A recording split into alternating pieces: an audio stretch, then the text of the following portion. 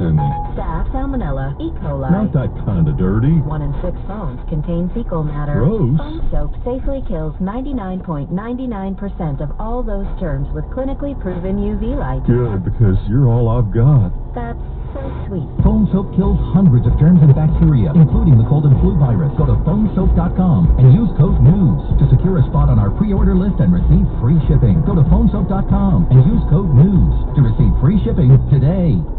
Now more with Ron St. Pierre. This is the News Radio 920 and 104.7 FM Daily Rewind with Ron St. Pierre. Sponsored by O'Hara Senior Care Services. So the NFL Draft will kick off a virtual off-season program today, operating from afar during the COVID-19 pandemic. In fact, the commissioner is going to be working out of his basement. Here's Matt Napolitano from Fox. The Dallas Cowboys, Carolina Panthers, and other NFL teams with new head coaches can kick off their 3-week virtual off-season today. That will allow squads to hold voluntary classroom instruction, workouts, and non-football educational programs on various online platforms.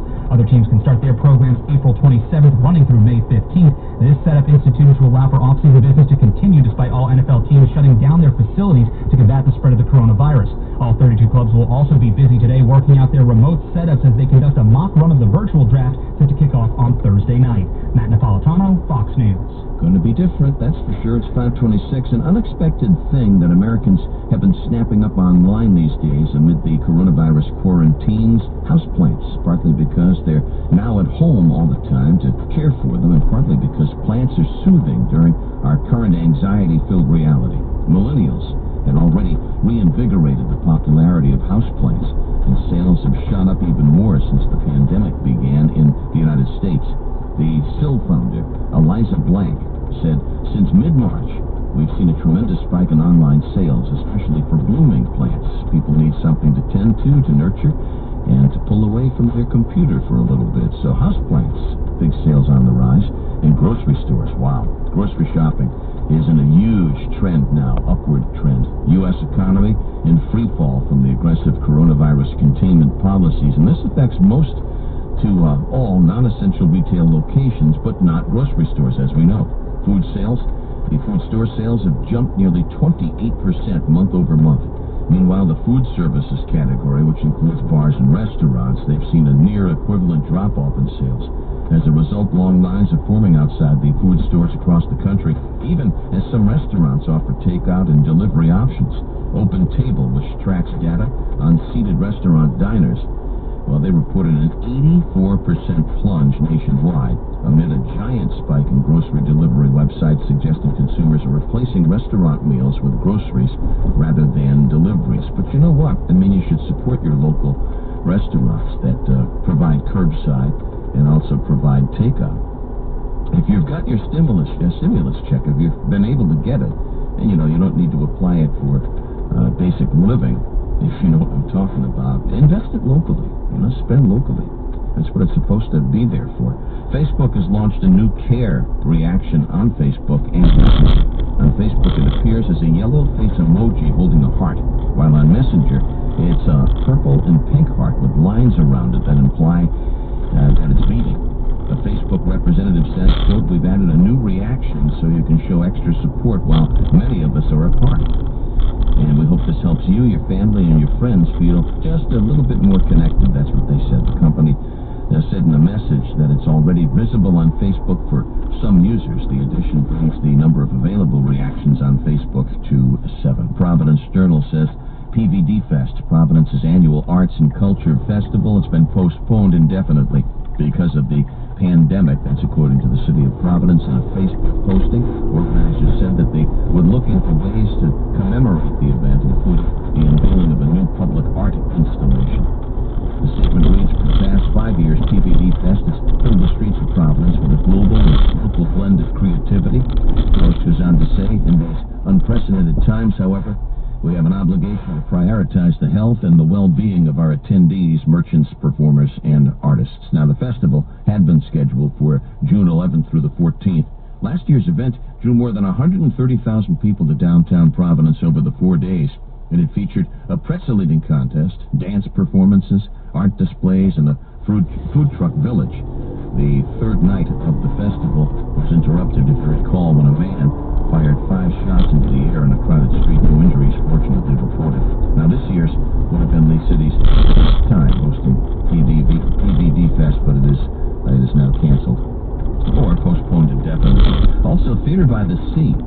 Brian Emerald in the Journal over the weekend reports that Theater by the Sea is postponing its 2020 season until 2021 because of COVID-19. For the South Kingstown Theater, the decision to cancel the 2020 season and reschedule it to 2021 came after the uncertainty about whether or not large groups of people would be able to gather anytime soon. So the theater is working to secure the licensing rights for the same 4 musicals that were scheduled. And the theater is asking people to hold on to their existing tickets, buy gift certificates and additional tickets and subscriptions, and to tell their friends that Theater by the Sea will be back. They said that with your continued support, Theater by the Sea will, as always, continue on. Providence is opening up a COVID-19 testing site for drive-up and walk-up service. Here's Kelly O'Neill from NBC 10.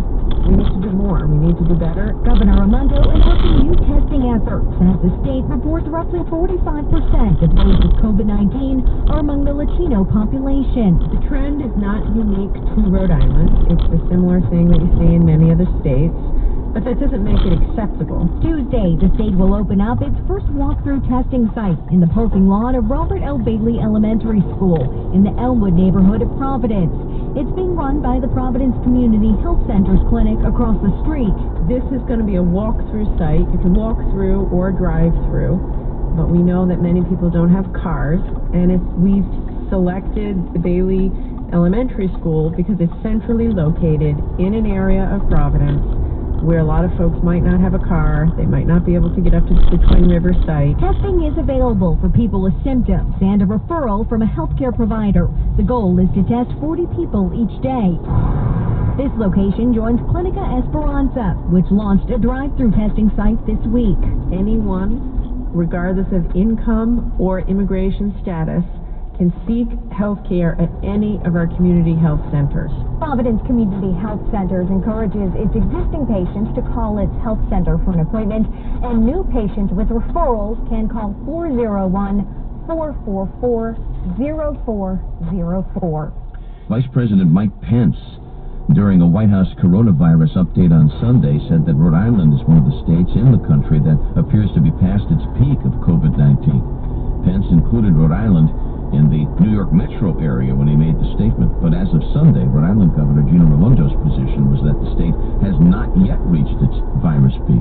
And she said yesterday the antivirus measures that have been taken in the state will result in its peak not nearly being as high as it could have been. But apparently the vice president and our governor differ on exactly where Rhode Island stands in terms of the peak. Rhode Island, as of Sunday, had 150 reported coronavirus-related deaths and about 4,700 total virus cases. Nursing home residents have accounted for about 3/4 of the Rhode Island COVID-19 death toll, including 11 of the 13 deaths that were reported yesterday. Governor Raimondo and the state health director announcing on Friday a cycle coronavirus testing program that's being implemented for all nursing homes every 7 to 10 days. So COVID-19 certainly taking its toll on assisted living and nursing home facilities in the Ocean State. Coronavirus outbreak is forcing the cancellation of a long-time tradition at the Magic Kingdom. Grad Night at Disneyland will not be held this year because of the pandemic. The Anaheim theme park closed indefinitely back on March the 14th. Grad Night started in the early 1960s and was promoted as a safe, clean way for high schoolers to celebrate their graduations. About 1,000 high schools usually participate, too, in the after-hours party with special discount tickets. Students usually arrive in the late afternoon and they stay until the late night, early morning hours. Despite the cancellation, Disneyland officials say Grad Night will indeed return. The music industry's taken a big hit this year. Here's Fox's Michelle Polino. Taylor Swift is the latest artist to call off her tour. She'll be fine, but touring shows, I don't think that's coming back for quite a while. Smaller indie bands will not. Ian Wheeler, co-founder of Partisan Records, manages several and is constantly looking for ways to sustain them. Any merchandise they have on hand, making sure they're promoting that. And while some musicians have taken to mowing lawns, others have turned to technology. John Neerman is CEO and co-founder of Loop TV. More music lover, Neerman is launching Loop.tv to give indie bands nightclub exposure through an app, launching with a music festival in partnership with Twitch April 25th.